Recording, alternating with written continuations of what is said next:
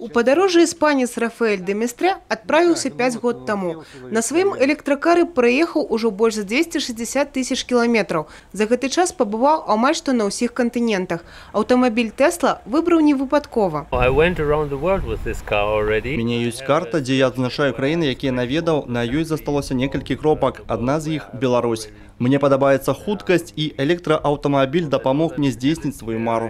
Замест паліва – электраэнергія. Для того, каб поўнасцю зарадзіць аўтамабіль, уходзіць 4 гадзіны. Гэтага хапае, каб прыехаць больш за 4 сотні кіламетраў. Іспанец стварыў нават спецыяльную карту месцаў, зручных для падзарадкі. У аўтамабіля своеасаблівая канструкцыя. Батарэя знаходзіцца ўнізе, рухавік у колах.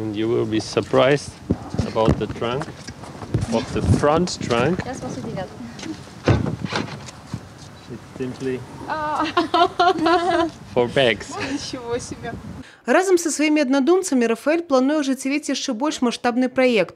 Наткнуўшыся ідэяй Жюля Верна праехаць вакол свету за 80 дзён, 3 кантыненты і больш за 32 тысячи кіламетраў. Дыстанцыю плануюць пераадолець на высокатэхналагічных машынах і караблях. У 2020 годзе мы ўжо знайшлі 20 каманд, якія выйдуць на вялікую гонку. Зараз мы будуем і карабль для нашага праекта. Упершыню ў свеце гэта будзе заезд транспарту, які працуе без свабодных выкідаў. Мы плануем паказаць усяму свету, што гэта магчыма. Рафаэль называе сабе чалавекам свету. Ён упэўнены, за гэтым транспартам будучыня, і яна не такая далёкая. Евгения Мороз, Юрий Плинда, Александр Сивицкий, телерадиокомпания «Брест».